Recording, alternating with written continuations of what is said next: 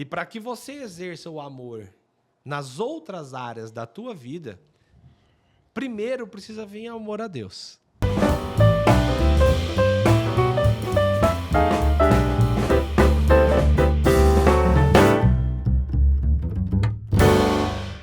A graça e a paz, estamos aqui dando início a mais um podcast que vai abençoar a sua família. Eu sou o pastor Cristiano Paziani, sou médico, empresário e tenho trazido para vocês uma forma prática e simples de olhar as escrituras e trazer para o seu dia a dia direcionamentos para o teu casamento, para a criação dos seus filhos, para coisas do dia a dia.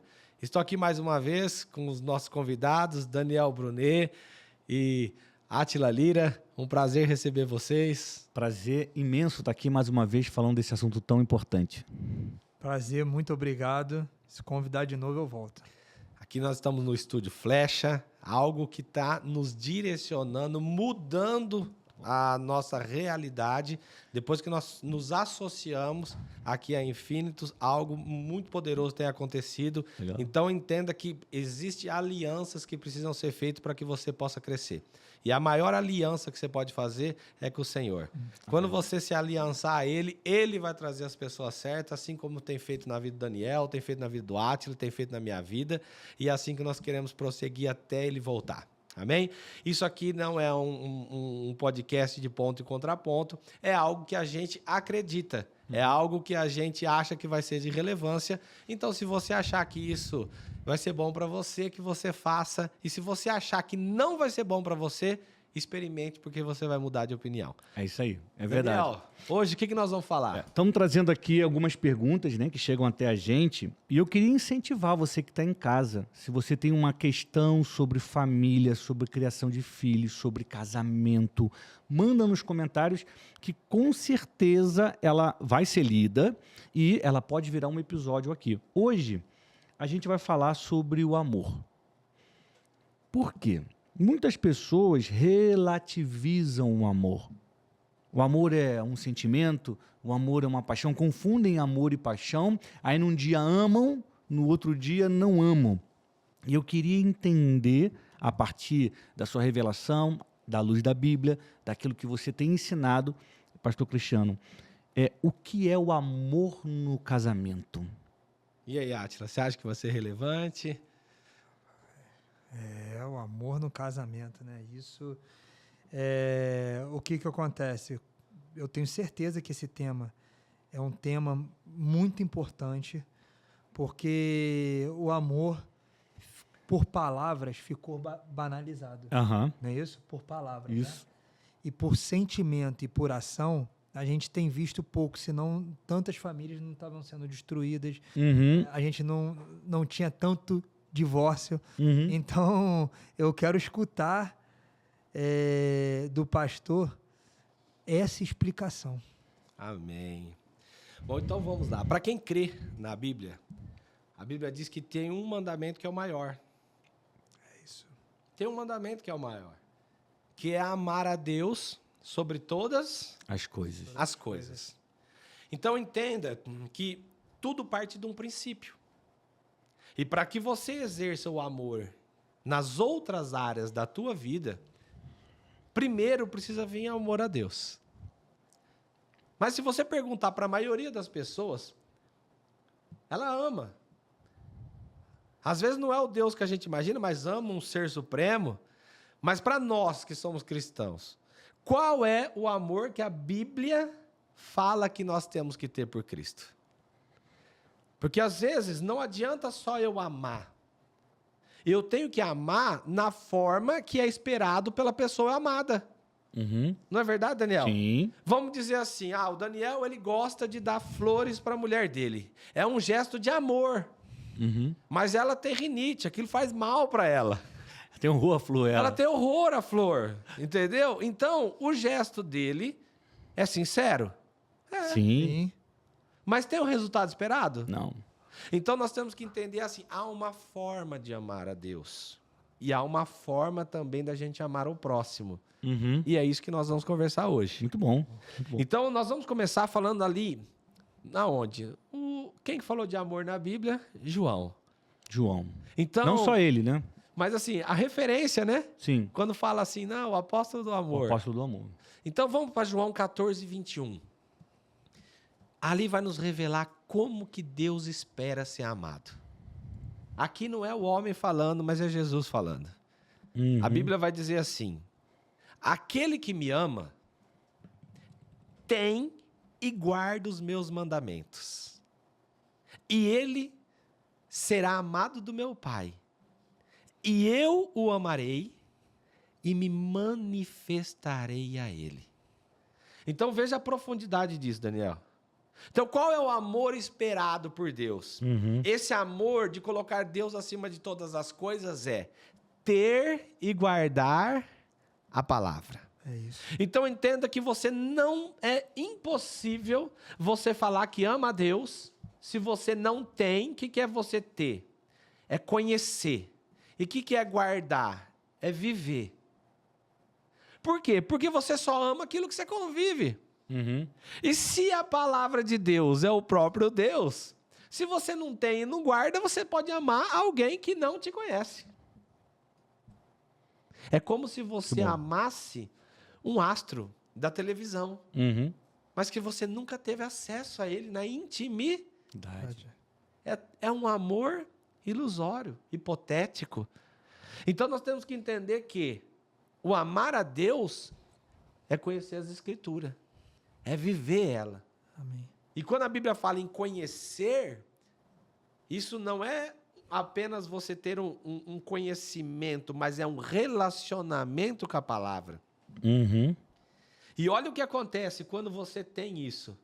A Bíblia diz que quando você faz isso, Deus vai te amar. Porque a palavra é Cristo. Muito bom. E se a palavra é Cristo, quando você guarda e ama o Filho, naturalmente o Pai te ama. Quem aqui não fica feliz quando alguém elogia o filho? Oh, muito. E quando alguém ama teu filho? Naturalmente você ama. Uhum. Então você quer amar a Deus? Ama a palavra. Porque você amando a palavra, você vai amar o Cristo.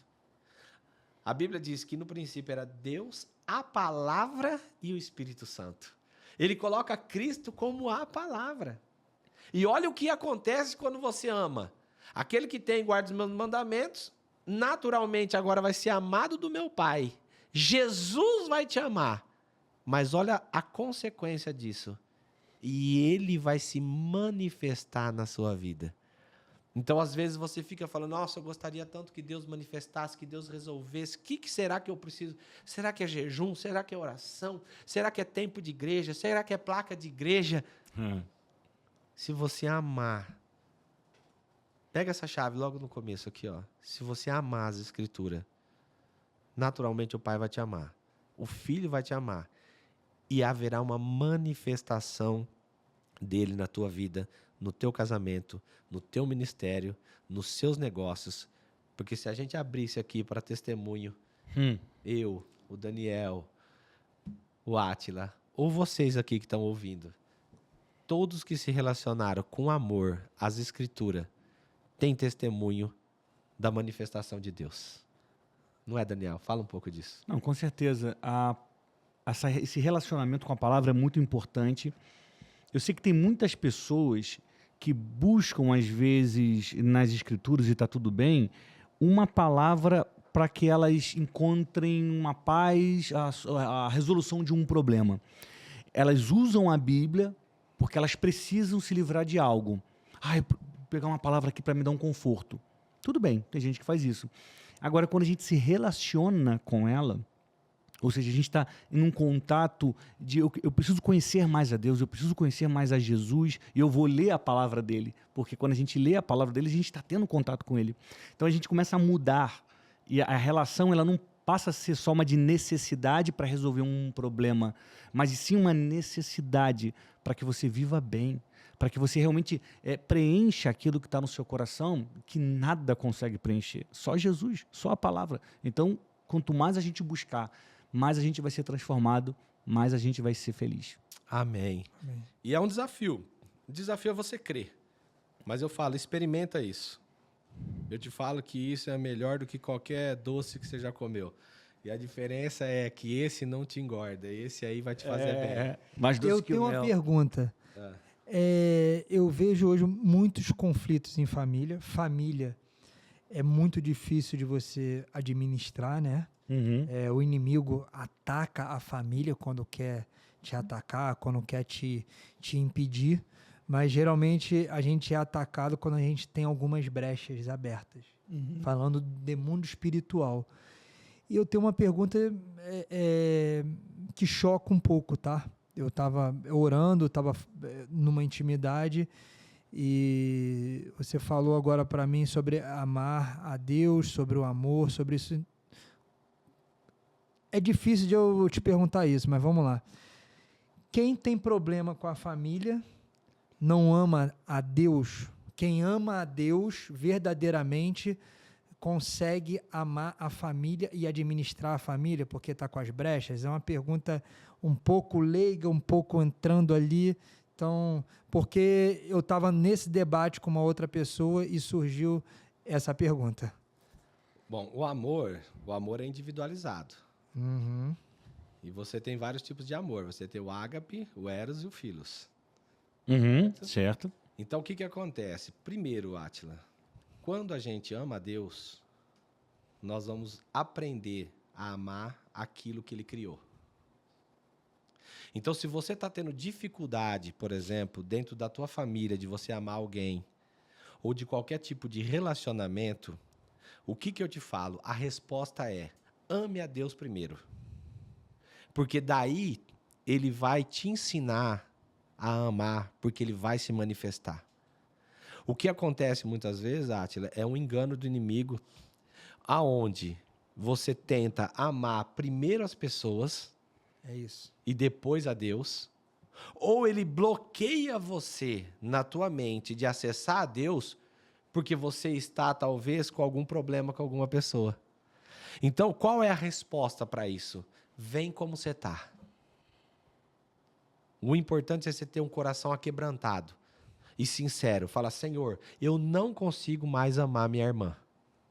Eu não consigo mais amar meu pai. Eu não consigo mais amar meu filho. Por quê? A Bíblia diz que conhecereis a verdade vos libertará. Então, quando você busca Deus em verdade, Ele vai te dar uma resposta verdadeira. Então, qual é?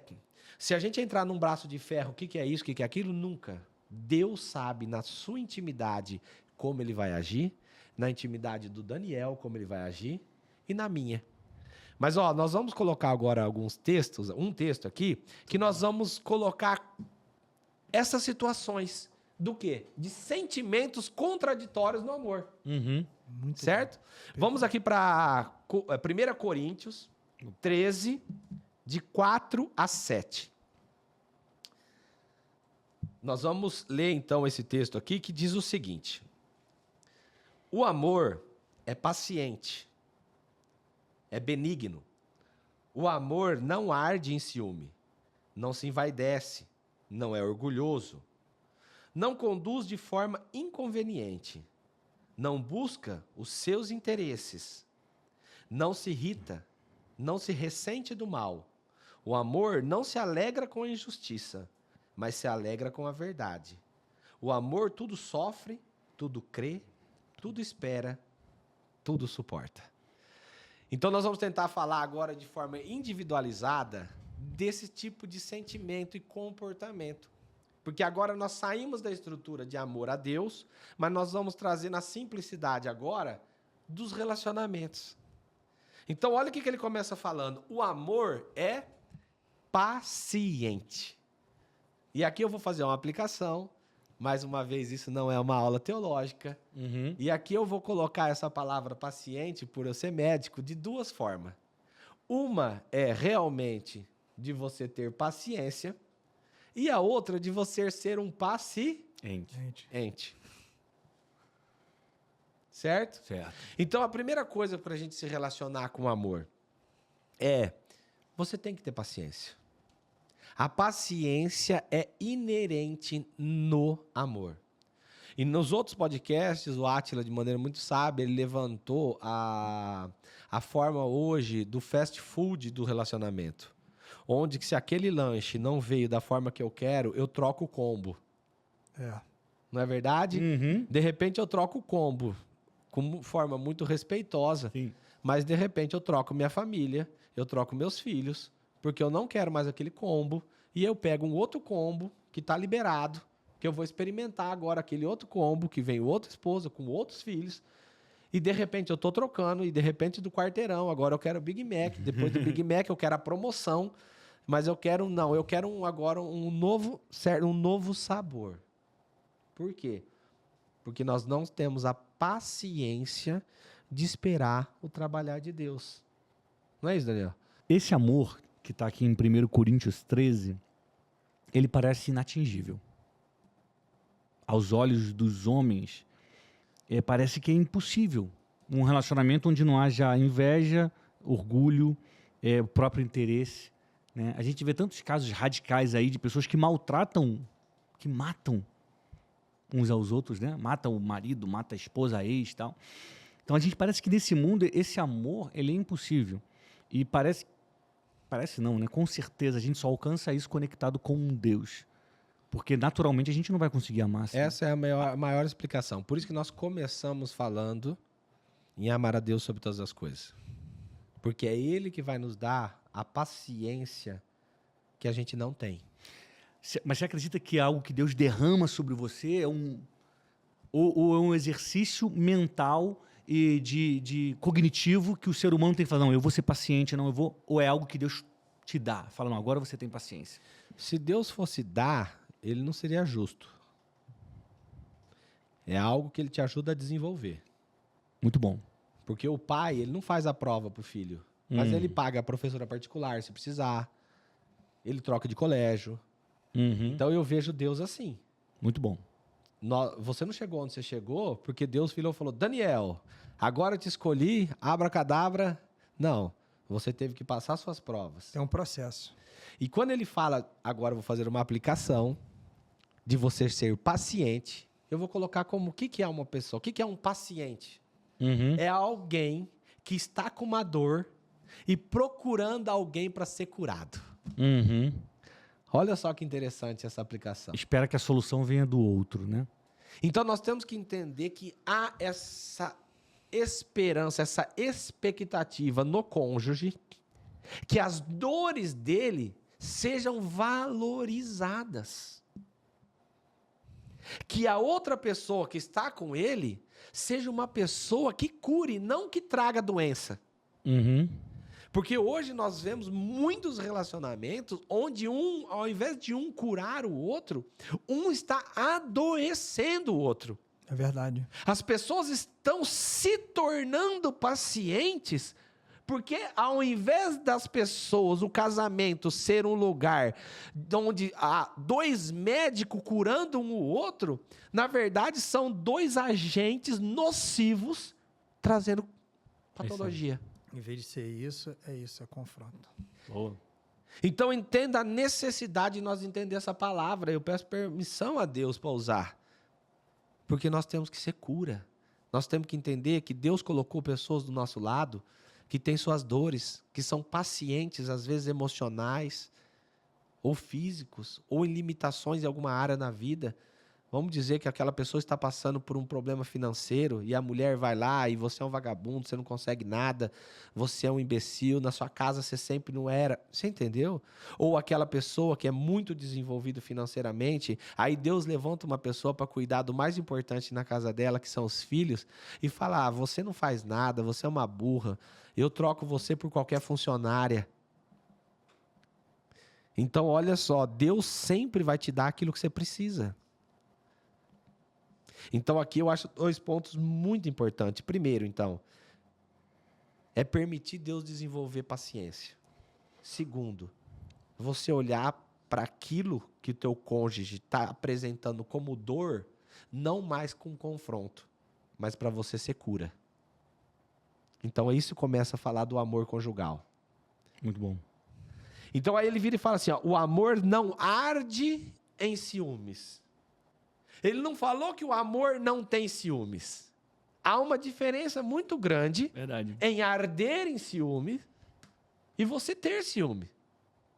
Porque o ciúme é natural, é um sentimento que, de repente, você vê tua esposa linda, entendeu? Você tem um ciúmes de zelo, de cuidado. Mas não um ciúme opressor de falar, tira essa roupa, comigo você não vai assim. Porque o que você está pensando? Porque o que é o arder em ciúme? É você estar inseguro dos reais sentimentos e fidelidade daquela pessoa. É isso. Não faz sentido, Atis? Total. E eu tenho uma palavra também de Provérbios 16.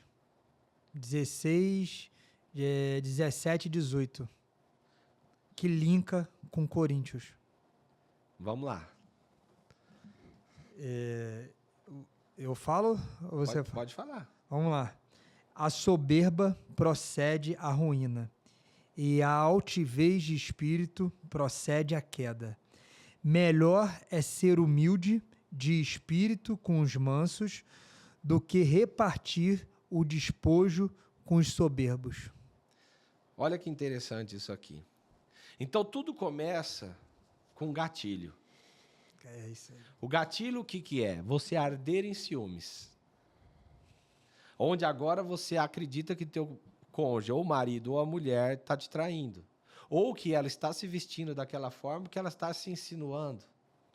Uhum. Então, aquilo se torna o quê? Patológico. Uhum. E aí, quando você tem um relacionamento patológico, naturalmente, a Bíblia fala que um abismo chama outro. Abismo. E aí, o que acontece? Aquela pessoa que está com ciúme, ela se sente, na verdade, o quê? Inferiorizada. E qual é a melhor resposta para quem tem complexo de inferioridade? Soberba. Cara, é forte isso, hein? Sim. O maior gatilho para o complexo de inferioridade é o orgulho. Então, agora eu vou fazer o quê? Humilhar. É o desdobramento, né? Então, se ela se sente inferior, o desdobramento, a contrapartida dela, o contra-ataque é a soberba, a humilhação, o orgulho. Eu vou colocar melhor que isso. Tá fervendo a cabeça aqui. Se ela está se sentindo inferiorizada, o que ela tem que fazer? Trazer o outro para o mesmo nível. Então, tem que diminuir. Isso. Aí começa o conflito, Porque começa se eles a são briga. uma só carne, Uhum. Faz se eu estou sentido. me sentindo pouco, eu tenho que fazer a pessoa se sentir como? Meu Deus. É. Pouco. Nada. Olha que interessante. Menor. Não, isso aqui...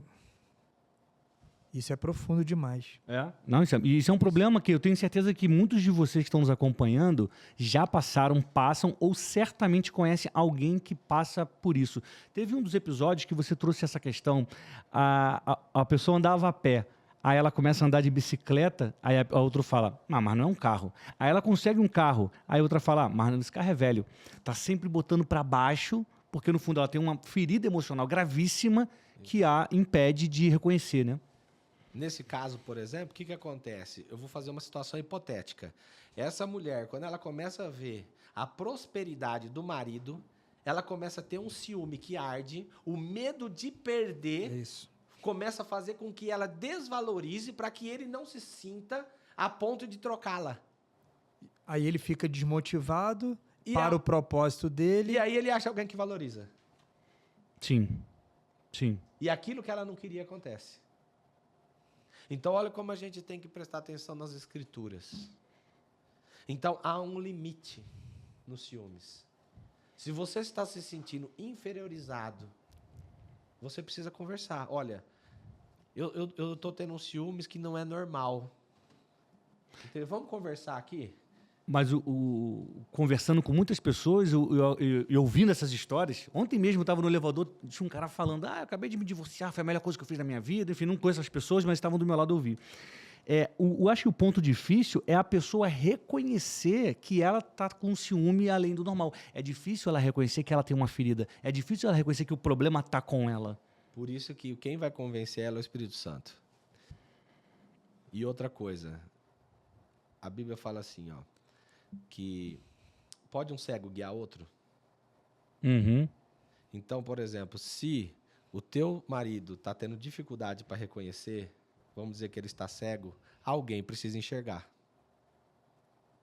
Então, você que está passando por essa situação, que está enxergando, precisa pedir sabedoria para Deus. Senhor, como eu faço para contornar essa situação?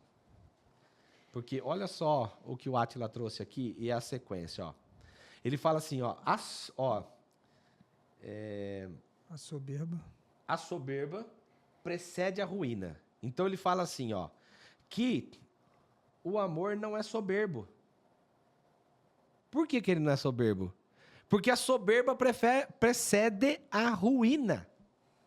Então, quando você começa a ser soberbo com o teu cônjuge, esse relacionamento está precedendo já a ruína. A queda, a destruição, o fim. Olha o que ele fala, o amor não é orgulhoso. Por que a palavra fala que o orgulho precede a queda? Então, o que vai acontecer quando o casal ele está se relacionando desse jeito? Ou ele está trazendo, o gatilho às vezes foi o ciúme, ou o gatilho é a soberba, o gatilho é o orgulho, a queda e a ruína está prestes a acontecer. E aí ele vai racionalizar em cima das circunstâncias e ele vai falar, estou certo.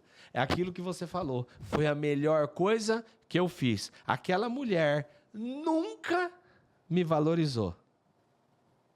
Aquele marido nunca me valorizou.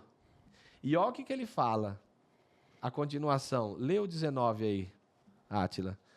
Melhor é ser humilde de espírito com os mansos do que repartir o despojo com os soberbos. Então, o que acontece? O que é o divórcio? É você repartir o despojo com os soberbos. É quando a soberba tomou conta do relacionamento dos dois e o despojo daquela guerra é dividido no divórcio. Eu fico com isso, você fica com aquilo, a guarda dos filhos agora é assim, porque o que prevaleceu foi a soberba. A soberba vai fazer com que você, aquilo que era para ser paz, vira um despojo de guerra. Agora ele vira e a resposta tá. É melhor você ser manso. É melhor você ser manso de espírito. Simples. Então, talvez você tá aí num relacionamento abusivo, alguma coisa assim, entenda. Deus fez vocês para dar certo. Se um enxergar, vai achar um caminho. Porque é sempre aquele que vê, que guia o que está certo, o que está cego. Às vezes você pode falar, não, mas aqui é um relacionamento assim, assim, e eu não tenho, o dinheiro vem só do meu marido, como eu vou mudar essa situação? O cego, com todo o dinheiro que ele tem, precisa de alguém para guiá-lo. E se você está enxergando isso, Cristo vai te dar uma saída. Então, não deixe o inimigo trabalhar a soberba no seu coração, o orgulho. Você pode falar, mas eu não sou soberbo. A soberba não está em relação ao seu marido. A soberba está em você achar que Deus não é capaz de mudar essa situação. Porque às vezes o diabo nos confunde. Porque dentro de certos relacionamentos, nós não somos soberbos nem orgulhosos. Mas estamos sendo soberbos ou orgulhosos quando? Quando nós duvidamos do poder de Deus de mudar aquela situação. Então nós temos que primeiro ser fiel a Deus. Não é, Átila? Fala sobre isso. Nós temos que ser fiel mesmo, porque a fidelidade ao Senhor em tudo é importante, né? Mas no relacionamento te dá uma base fora do normal. Por quê? Porque quando você está em momento de distração, quando você não está caminhando na presença do Senhor, você fica vulnerável, para quem entende de mundo espiritual, aos ataques. Então, essa fidelidade, essa intencionalidade vai te blindar de você, para você não sofrer os ataques e o seu casamento não vir à tona, não vir a uma ruína. Por quê? Porque essa fidelidade cria um nível de consciência que você, qualquer ato errado, qualquer coisa errada que você cometer, você volta lá, meu Deus, eu sou fiel a Deus, eu sou fiel a isso, eu sou fiel... Porque antes de você ser fiel à sua esposa, ao seu casamento, você tem que ser fiel a Deus. Hoje as pessoas querem ser fiel às pessoas, a alguma situação, a uma instituição, a uma aliança, do que... Primeiro você ser fiel A verdadeira a Deus. fonte. A né? verdadeira fonte. A verdadeira fonte. Aí Tá é o alinhado quê? com ele, né? Isso aí é o quê? É esse Isso é muito alinhamento. forte. E quando você é fiel na essência, tudo fica mais fácil. Mas aí o quê? Hoje a gente vive de novo, eu repito falar isso, não é desculpa, mas a gente vive um mundo acelerado que a gente esquece da fidelidade na fonte. De cultivar a Por relação isso com de Deus. cultivar. Começamos esse podcast que é para abençoar a sua família, dizendo que primeiro o amor tem que ser a Ele, a Deus. E olha como ele continua aqui, ó. Eu quero te fazer uma sugestão. Ah, Porque eu acho que esse é um assunto muito bom e a gente tem que tratar isso num outro episódio. A gente veio até aqui falando sobre a questão de cultivar a Deus verdadeiramente, lutar contra a soberba contra Ele. Vamos entrar agora na questão do relacionamento. O que você acha da gente passar para um outro episódio e o pessoal nos aguardar para a semana que vem estar com a gente? eu acho interessante porque nós estamos vendo aqui, ó, tem perguntas, algumas coisas chegando. E esse tema é um tema polêmico e polêmico não, é um tema assim extremamente necessário. Aham. Cara, isso aí. E isso Deus vai te dar uma visão exata. Então, o que nós aprendemos hoje aqui? Primeiro, ame a primeiro a Deus. Que quando você tiver um relacionamento de amor com Ele, Ele vai se manifestar na sua vida. A segunda coisa que nós temos que ver é que o amor, ele é paciente. Então, o que nós temos que ser? Nós temos que ser cura e nós temos que ter paciência. A segunda coisa que ele fala que nós não podemos arder em ciúmes. Você arder em ciúmes, o que é? É você trazer uma insegurança para dentro do teu casamento por um sentimento talvez hipotético. Porque se ele for real, tem que ser tratado. E que quando você age com soberba ou com orgulho, isso vai preceder a ruína e a queda desse casamento. Então nós temos que fazer isso. E o que é mais interessante é você entender que essa soberba e o orgulho, muitas vezes é você não crer que Deus vai mudar aquela situação. Então, hoje Deus quer abrir teus olhos, porque não adianta. Um abismo chama outro abismo, mas Deus ele te chama de glória em glória. Então, não pode um cego guiar outro. É isso aí. Se você está enxergando a luz, Deus vai te dar autoridade espiritual para abrir os olhos da outra pessoa. Deus te abençoe. Compartilhe esse vídeo. Lance para a sua família, nos grupos de WhatsApp. Dê um like. Procure aqui nos comentários. Às vezes aquilo te acha, nossa, que interessante isso que essa pessoa comentou. Nos dê sugestões. Nós queremos trazer de forma prática e simples, no teu dia a dia, o que a palavra tem nos revelado. E entenda, a palavra é suficiente para abençoar a sua família. Deus te abençoe. Daniel, Átila, muito obrigado. Eu já quero o próximo episódio. Vamos continuar essa conversa aí, que tenho certeza que vai destravar muitas coisas na vida das pessoas. Vamos embora. Muito obrigado, muito aprendizado e até a próxima. Que Deus te abençoe. Até a próxima.